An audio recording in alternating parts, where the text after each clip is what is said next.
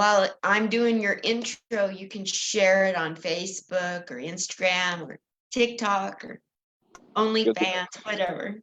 All right. All righty. Hi, Facebook. How you doing?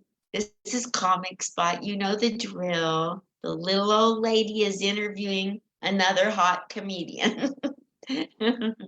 Yeah, she falls in love with everybody and then they ghost her. It's how it is. I can deal with it. I'm used to rejection. This is helping me. Today's guest is here. He's ever so nice to give time out of his schedule so you can get to know him, to see if you like him and want to follow him and follow his career, show up at his comedy shows, that kind of thing. That's what this is all about. So you folks can get to know who a comedian is off stage, so you know if you want to support their career. So this is his attempt at getting you to like him. Here's his intro. Michael Williams is 44 years old, from Cincinnati, Ohio, 6 years of experience doing stand-up. He's a little dark and a little edgy. At the end of the day, I'm just being myself, trying to have as much fun as I can. And you can find him on YouTube and Instagram, Mike Eugene W on YouTube and Mike Eugene W on Instagram. You can email him too, but that's only if you want to book him. And that's Mike Eugene W at Gmail. And make it worth his while. He ain't gonna fool around. There, I said it. Well, thank you for that wonderful introduction. You're very welcome. So how are you on this lovely Monday afternoon? Well, my cold is drying up and I'm going to New York tomorrow for almost 5 weeks. How are you? I'm doing great. I have a cold too. A couple days before my birthday was Saturday. A couple days before my birthday, I woke up with a horrible cold. So then I got to work this morning. I was like, dude, I'm experiencing COVID symptoms because I have absolutely no sense. The whole world, nobody's making sense. Nobody has any sense. The only sense people have is like when they're not taking enough showers. That's it. Yeah. So let's get right into your life, Michael. Talk to me about the very beginnings. Little Mikey, when he was in school, at home, around your city. Talk to me. Who were you? Okay, so I'm Cincinnati, Ohio, born and raised. We grew up poor, so we moved around a lot of Section 8 housing. Basically moved every year. Went to a lot of different schools as a kid. I struggled early on with making friends. I got bullied a lot. I got bullied so much, I actually took it upon myself to start learning martial arts because my parents wouldn't pay for classes. So it began around 9 years old. I started hitting the books at the library and practicing techniques in the yard. And one day I got my butt kicked and I had to find another martial art to learn. So, but yeah, I got a little older, started attending high school, didn't have so much trouble making friends. All of a sudden, a lot of the guys who would bully me in elementary school, they all liked my personality and kind of wanted to hang out a little bit, you know. It's around that time where I discovered I had a knack for having a sense of humor and making people laugh. And I actually tried stand-up over 20 years ago, but at the time, Cincinnati, Ohio really didn't have the stand-up comedy scene the way it does now. So yeah, I went to a open mic at some bar called the Greenwich. I was the only one in there to attempt stand-up, and no one liked my jokes. I lasted about 30 seconds on stage. Was it the Gong Show? It might as well have been. The lady before me was doing this wonderful poetry reading, and she was incredible. And then here I am It's the recession of '08. And I'll go in talking about the homeless people in front of there. Everyone at the bar looked like they made like 100K a year. So obviously no one wanted to laugh at those jokes. Oh my gosh, that's horrible. That's so. If you had it to do all over again today, how would you tweak the jokes? I would do the same jokes. It would be the same jokes. I had everyone at the bar laughing all night. I go into a different audience, same jokes. No one liked them. It's pretty typical of stand-up comedy. I got a little Yes. more experience now. And, some crowds love me. Some crowds don't like me so much. And some crowds just don't get the material. It's pretty typical of stand-up comedy. Yes. There's a saying that's very true. You can please all of the people some of the time, and you can please some of the people all of the time, but you'll never make everyone happy all of the time. So, Yes. Do you know who said that? no, Abraham Lincoln. nice. It's fitting. And then they shot him. Yeah, hopefully that doesn't happen to me. Well, talk to me about, like, what did you do after high school? So, unfortunately, I grew up in a very gang-infested neighborhood. I was relieved from high school about a month before my graduation, and it was all due to an event that took place in school that I had nothing to do with, but unfortunately, it was gang related. So the guy who had experienced the incursion didn't show up to court to say, hey, this wasn't the guy. So I was expelled for 180 days the prior school year. The next year, I was really trying. The year I got expelled, I felt like I had been wrong. I was pretty much done with school. There was nothing no one could tell me because I felt like no one was listening. Well, the next year, some guy I knew talked to me and said, Mike, you're almost done. You might as well just get it over with. And after having that conversation, I really got it in gear. I really tried to graduate. In fact, I was going to graduate, but 1 month before I graduated, they exited me from school because all the days I missed after being expelled. So being without an education, I was a young adult. I needed to make ends meet. I had to take care of myself. And I moved out of my parents' house. So I started living on my own. So I became an attendant at McDonald's.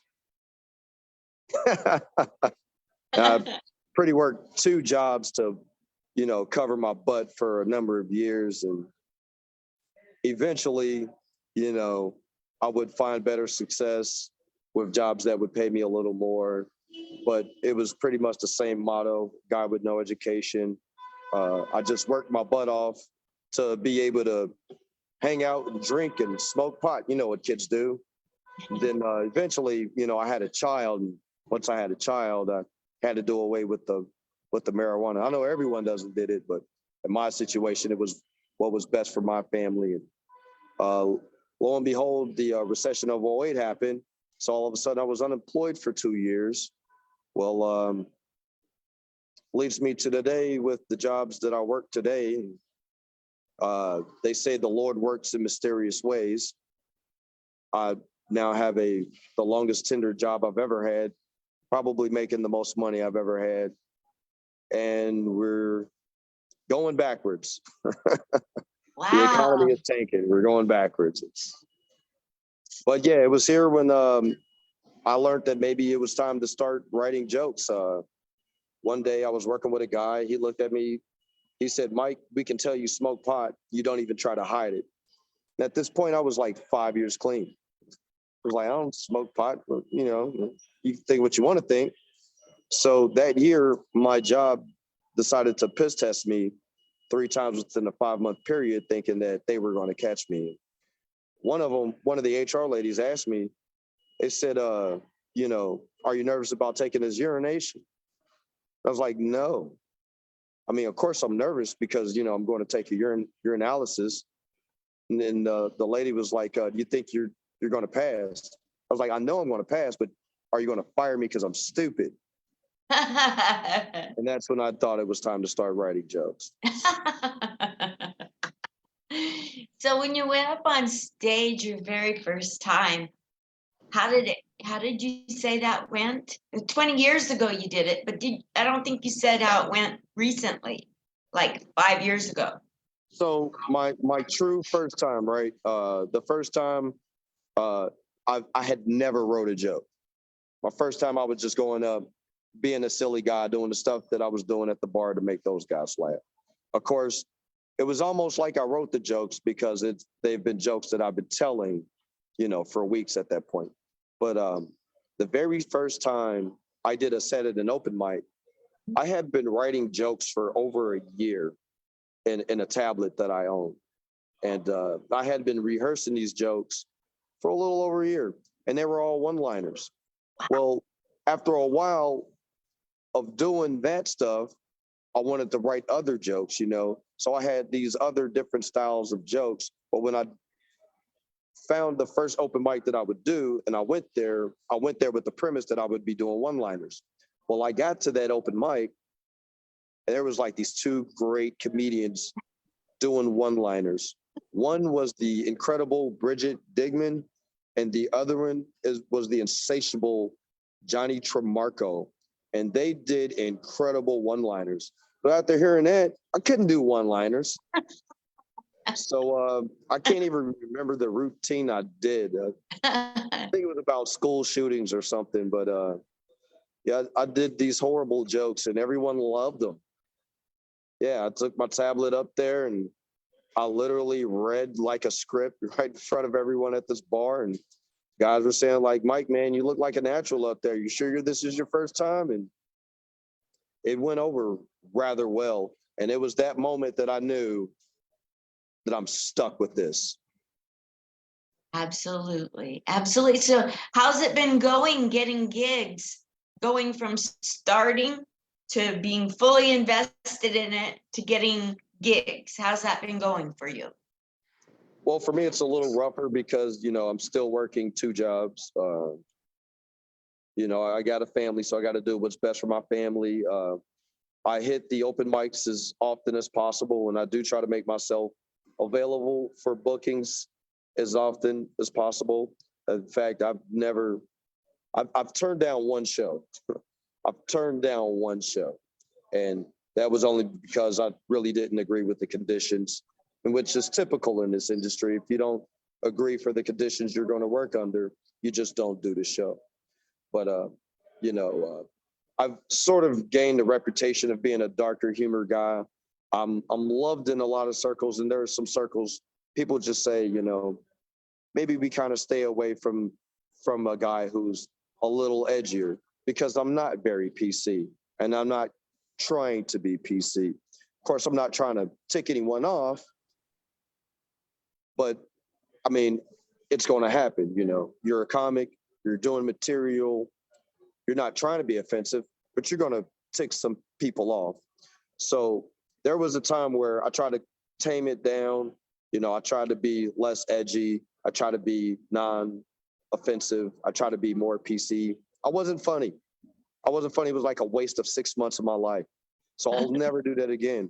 And ever since, I've just, been on being myself and loving me for me, then maybe other people will love me for me. And it's been working for me, I'll go some places, I'll never get a laugh. I go most places, most people like my material. But every now and then, you have the hard liners. I do edgy material, and I'm not going to say I'm not proud of it, because I wrote those jokes. And if I wrote the joke, obviously I'm proud of the joke. But when I write my material, I'm not trying to defame anyone. Most of my material where I'm defaming anyone is going to be myself. It's self-deprecating humor. And that's what I like, and that's what I do. And, some people just don't have the sense of humor that they maybe set off to have. I can recall I was at an open mic, and the comic was a gay comic, and this guy, he is incredible, and he was crushing it on stage. Well, there was a gay guy in the audience who got very upset at a joke he did. And then the comic goes, "Hold on, guy. Did you hear me before?" Said, "I'm gay." And it was the greatest thing I've ever seen. Like the get back that this guy had. And when I deal with hecklers, I like to deal with them a little differently, because we all deal with hecklers, and most of the people I know deal with hecklers sort of in an aggressive manner. Well, me, I at least try to win you over. At the very least, at least try to win you over. And I know that's not realistic. It's not always going to happen. But if I can try to win you over, maybe I'll win you over. And then you become part of a joke, and it's a win for both of us. That's a great strategy and a good way to look at it. Some of the best lessons I've learned are from hecklers. Some of the best lines I've gotten have been from hecklers. Sometimes I think they add to the ambiance. They give you an opportunity to do improv. Oh yeah, they certainly do. Sometimes my jokes go over really well. And then the other night when I was in Seattle, I'd get done with a punchline and the crowd would be just like, and I just started laughing at myself. And I said, it sounded so good in my shower. I don't get it. Oh yeah. I don't get it. Like something must be wrong with me. I'm not getting this. I do plenty of that type of stuff. I'm 44. I find myself in a lot of venues where the audience might be on average like 10 years younger than I am. So I'll be going through my material, and there'll be several jokes that I do that they just can't get because of the culture difference. You know what I mean? But people a long time ago really try to get me to clean it up and not be dirty, potty humor is what they call it. Well, what I've learned is my potty humor is universal, and everyone laughs at that stuff. And every now and then I might go somewhere where people might figure like, oh, we're too white collar to laugh at these jokes. Well, everyone's not going to feel that way, So it's always worth the gamble. And I take a lot of risk on stage. I like to go to a show with jokes that I haven't vetted at a mic. And I have a high success rate with that. Sure. Because when I start to do my material, when you're at a show, you always want to throw a tester out there to see if it lands. Well, if that lands, I pretty much know what I can get away with, what I can't. And it dictates the way I do my set. And I do like to say I've got a pretty good success rate with just throwing stuff out there, even if, not everyone gets every joke, because I do believe the difference between a good joke and a great joke is everyone shouldn't get the great stuff. Mm. I did a show at Go Bananas. It was my first time at Go Bananas right here in Cincinnati, Ohio.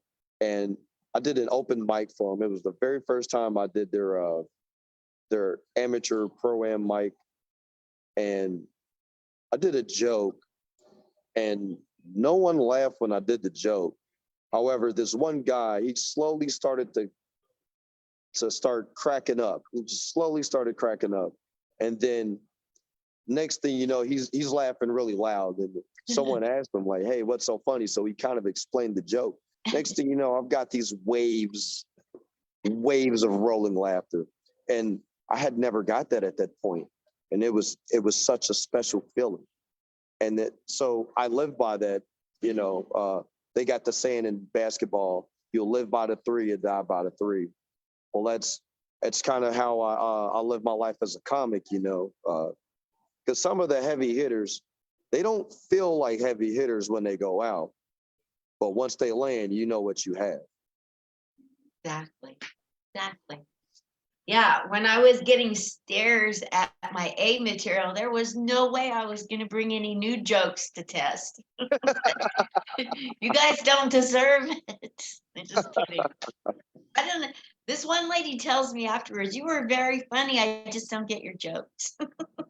I've heard that before myself. Yeah. What's that mean? You weren't funny. Yeah, that's the mercy lay, if you will. That's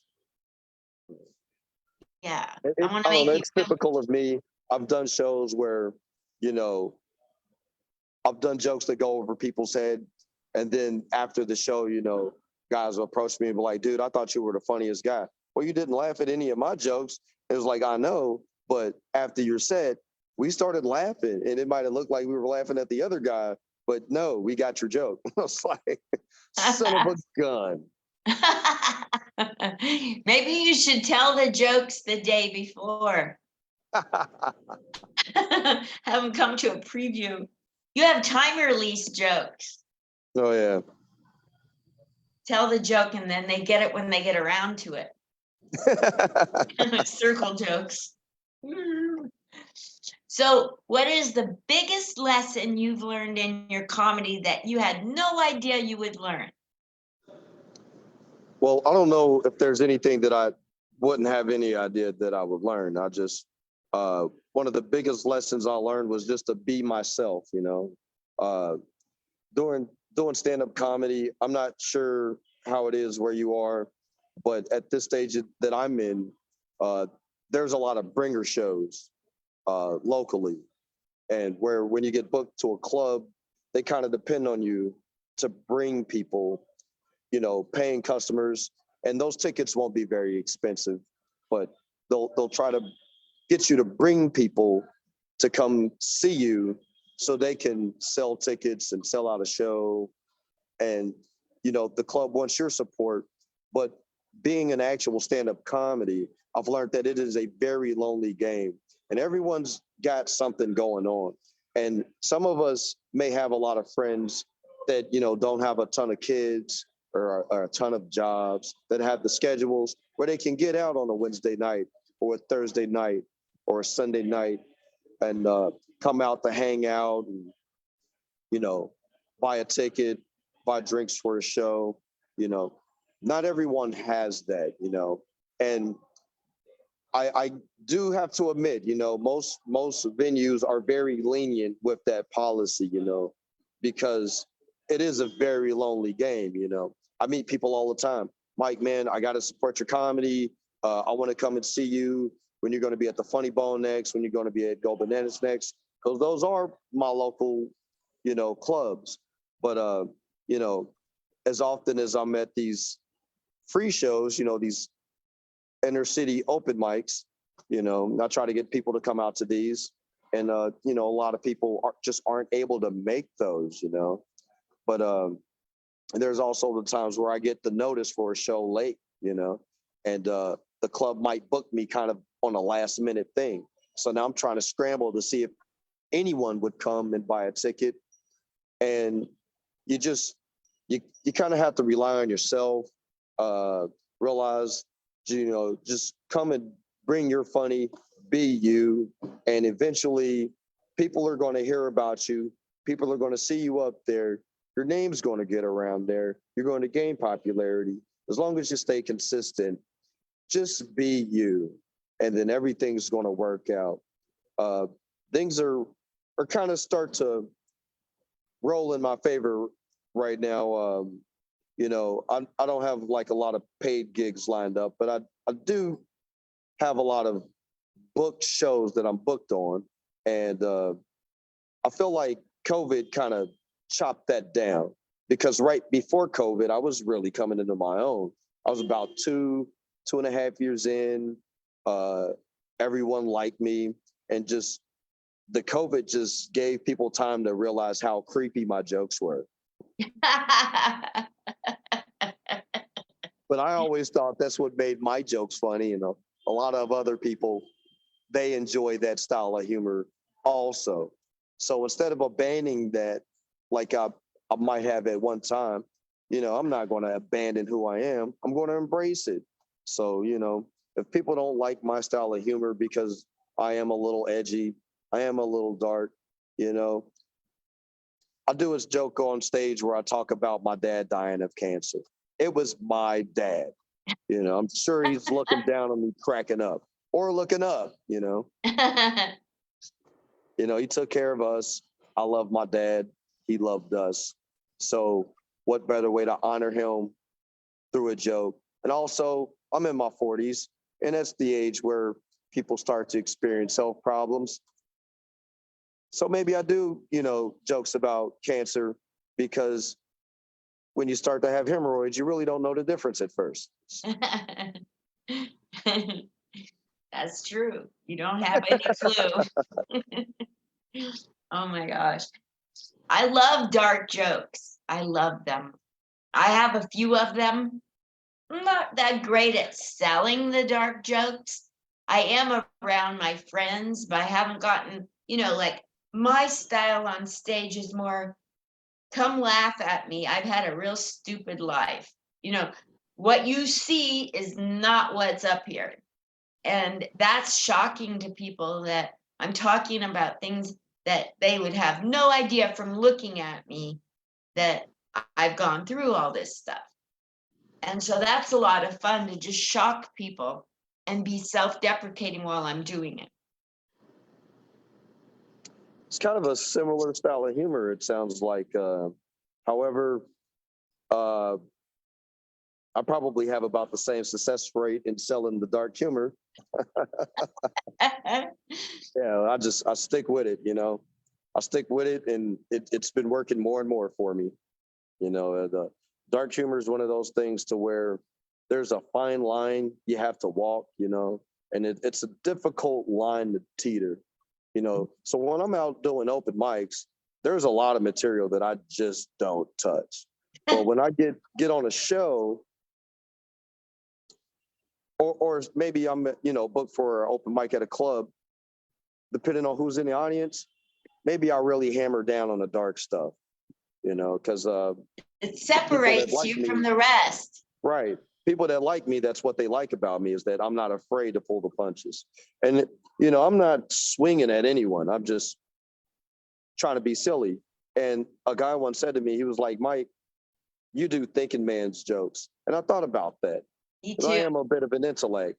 And it's not true at all. They're just penis jokes. That's all they are. Just dirty dong jokes. Well, they might as well have a smart penis because they've got smart water, smartphones. It's time for a smart penis joke. Oh, yeah.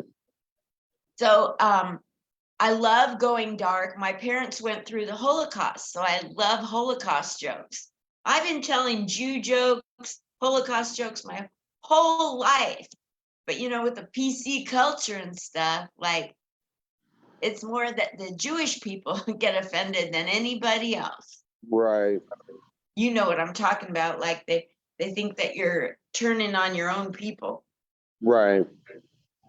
Well, me, when I started out, I was doing a lot of gay jokes, and, I wasn't making fun of gay people.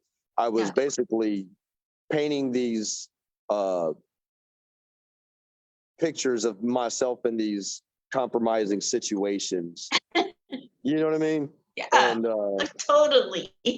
yeah, I burned some people up doing that, but I was never targeting anyone or singling anyone out, The joke was always about me. I know. It can still, and it still offends people. It doesn't matter how much you're trying to be self-deprecating. If they want to be sensitive, there ain't no stopping it.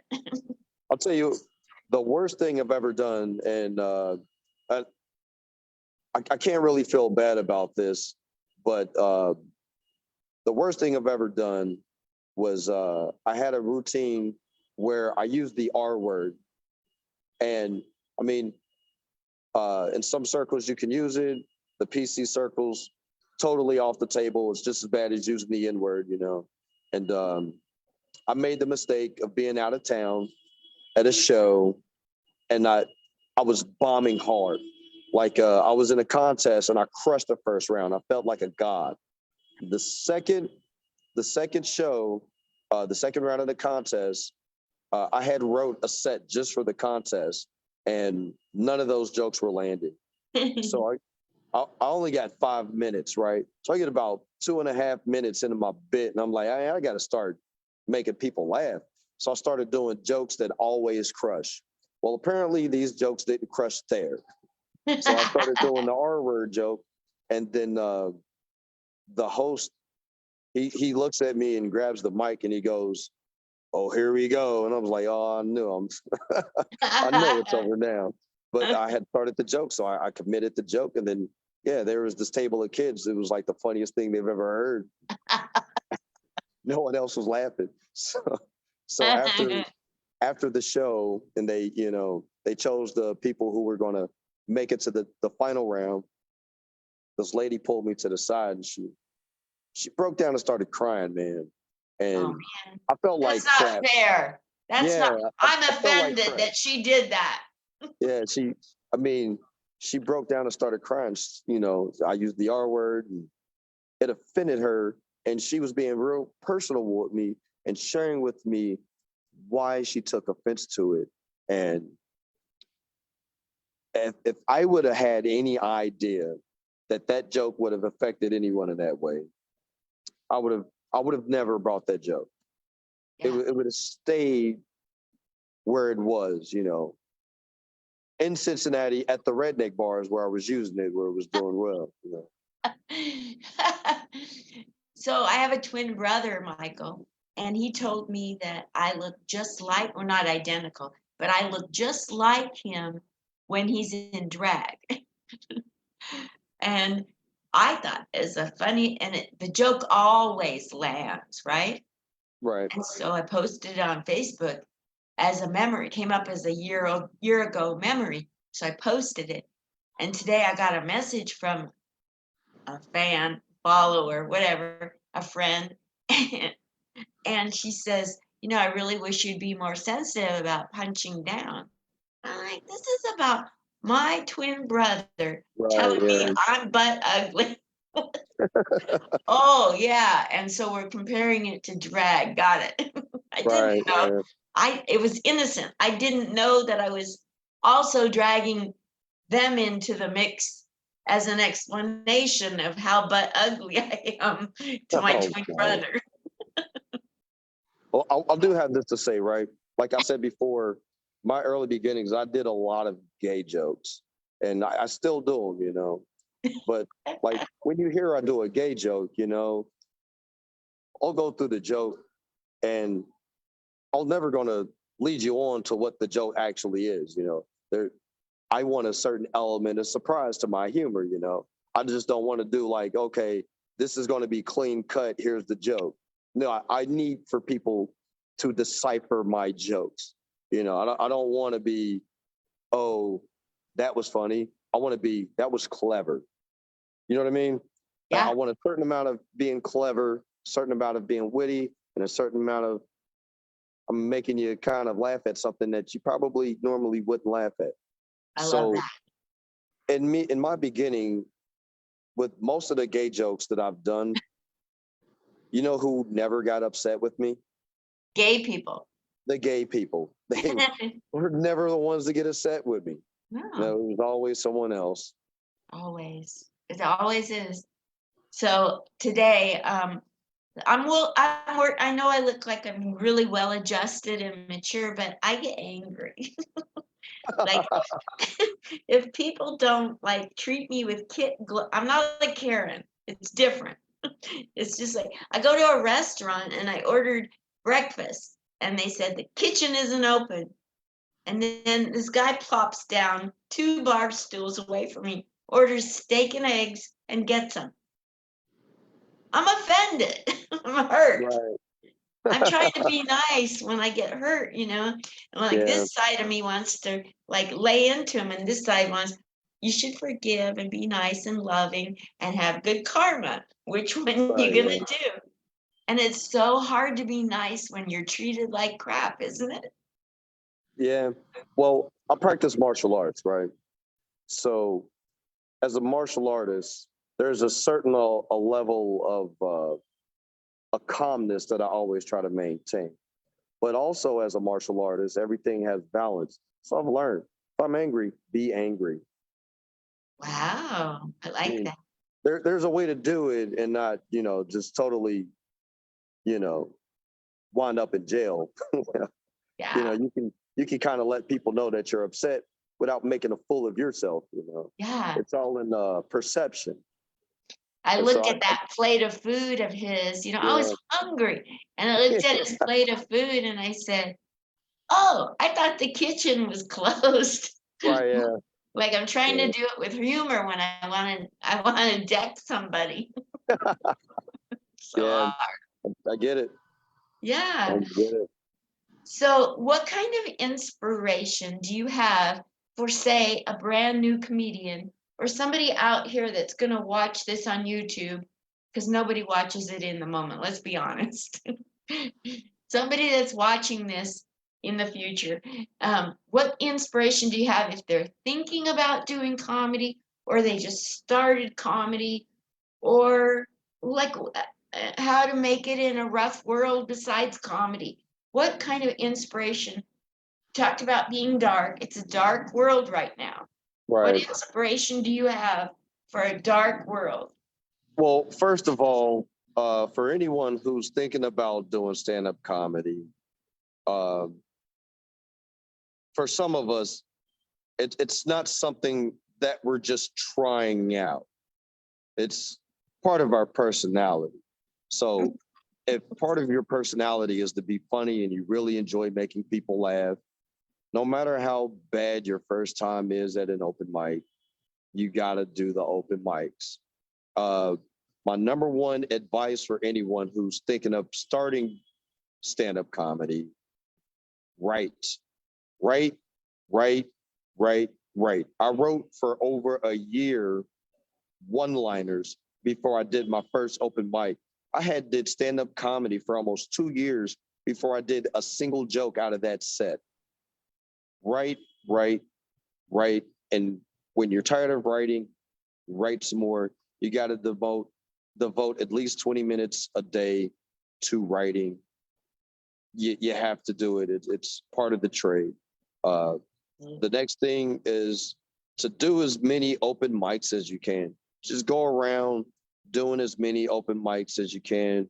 If you got a group of friends and you can hang out and you can get 4 or 5 of them at a time together and you write some jokes, hey, it's kind of like an open mic right there.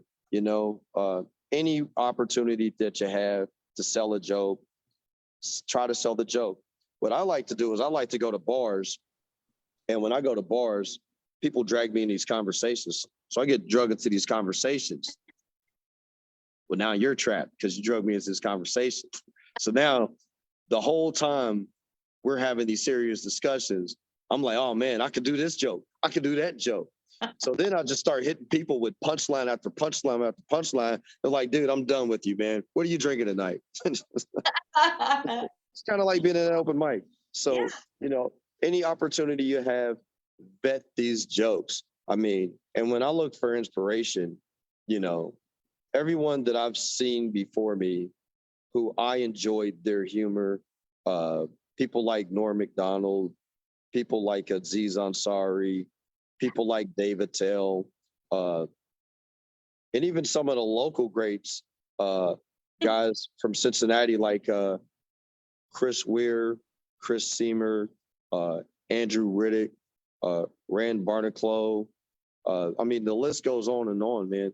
I could just go down a long list of names of local comics that are really strong. Cats from Dayton that are incredibly strong. I have a lot of inspiration, but my number one inspiration in stand-up comedy is poverty, because poverty has given me most of my material. I love that. I love that. And that's another thing that sets you apart. You're coming from an honest place, and people Definitely. read that. It doesn't matter what I say on stage. The minute I take the stage, people know that I'm just 100% myself. Right. And that's like with you, where you're coming from. Right. So you Which, can get away with murder on stage if you're authentic. well, it allows me to sell harder to some crowds and, less sellable in others. They Yes, realize I'm being honest. Yeah. yes. Okay, one last question. Biggest mistake you've ever made on stage, and how would you do it differently? Okay, so I did a Harambe joke. Are you familiar with Harambe in the Cincinnati Zoo? No. There was an episode where a little boy had found his way into the enclosure of the silverback gorilla, and the gorilla down there was named Harambe. And Harambe saw this little boy down there and acknowledged the little boy was in distress. And Harambe, as pure as his intentions were, he's a silverback gorilla, full-grown silverback gorilla. So at one point, he started seeing everyone around his enclosure freaking out that this little boy was down there. Well, in Harambe's gorilla brain, he's thinking, maybe I need to do something to protect this child. So he kind of grabbed the child and attempted, I guess, try to save the child. They shot him to death. They shot Harambe to death. And, it was an unfortunate situation. But I did a joke about it because I tied it to a lot of senseless killings of unarmed Black males. So I did this joke and I had a heckler. And then the mistake that I made was I allowed this heckler to take me off of my topic. So there was a point to where I was going into another joke just to kind of prove a point. And yeah, I said some BS. But if I would have got to prove my point, maybe it's not so BS after you hear my side of the story, And I acknowledge everyone's not going to agree with my point of view. But my mistake was the fact that I let this person take me off of my topic, and I conceded to that person as a heckler because maybe I did overstep my bounds that night. Maybe I did take things a little too far, because it wasn't that just one person saying that I went too far. There were a couple of people saying that I went too far. And then after the show, one of my friends was showing support. He said, look, you were funny, but you have to tell me, what's the correlation between Black men and monkeys? And I was like, I see your point. Oh, I never thought of that. Of course, I'm white. That was not, where I was going with the joke. You know what I mean? But yeah, I mean, that's a huge mistake I made. I allowed a heckler to take me off of my game. Now that that's happened and I've lived through that, I know how I would carry on in the future, no matter how BS what I have to say might have been, maybe I should finish the statement and then maybe I would lose even less people. Then I lost and I just abandoned the statement I was trying to make. Yeah.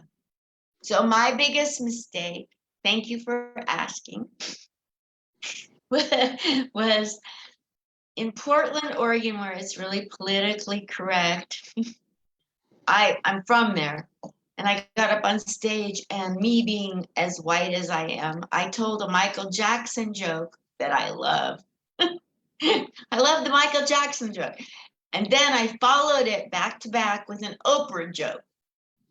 And so then the guy that went up after me, it was Adam Mike. He says, wow, I didn't know we were going to have a racist grandma here tonight. And he got such hilarious laughter, and it sent me into a 2-week depression. And then I learned, oh, even though they're rich and you're punching up, they're of the Black community, so you're punching down. That's what I learned. I'm sorry, you were muted there for a second. I was? I wonder what happened. Can you hear me now? I think I lost you for a second. There. Are you muted? No. Okay, there we go. Okay. Lost audio for a second. So when a white person tells a joke about a rich Black person, we assume that's punching up. Right. When the opposite is true, because it's a white person picking on a Black person that's made it. Oh man. And then I learned that. Yeah, it's amazing Yeah. how we learn, right? Yeah. I've got a different perception, you know. It all depends on how it's delivered as always. I got a friend in the Dayton area, one of the Dayton area comics. He does a lot of Black jokes, and he's a white guy. And most people hear his Black jokes. No one's getting offended by him. I mean, the guy is hilarious, but you know, they are Black jokes. And, you know, just like I said about my gay jokes, you know, I might not start the joke as a gay joke, but once you got to the punchline, you realize it's a gay joke. Still a gay joke. Yeah. Thank you so much for your time. Michael, tell everybody where you're going to perform and where to follow you, please. Well, thank you for having me. Welcome. Thank you. So, my next performance is I'll actually be at Crackers Comedy Club in Indianapolis on Sorry. April 20th. Did you say crackers? Crackers Comedy Club in Indianapolis, Indiana. And the next night, that's on April 20th. The next night, April 21st, I'll be at Bricky's Comedy Club and All-Star Brewery in Miamisburg, Ohio. And then on the 30th, which is my girlfriend's birthday, I'll be performing at Wiley's Comedy Club in Dayton, Ohio. And then on May 3rd, I'll be back here in Cincinnati performing at Go Bananas. Yay. And Go Bananas. anyone who wants to follow me on YouTube, Instagram, Mike Eugene W. I am on Facebook as Michael Williams. I know there's a ton of us.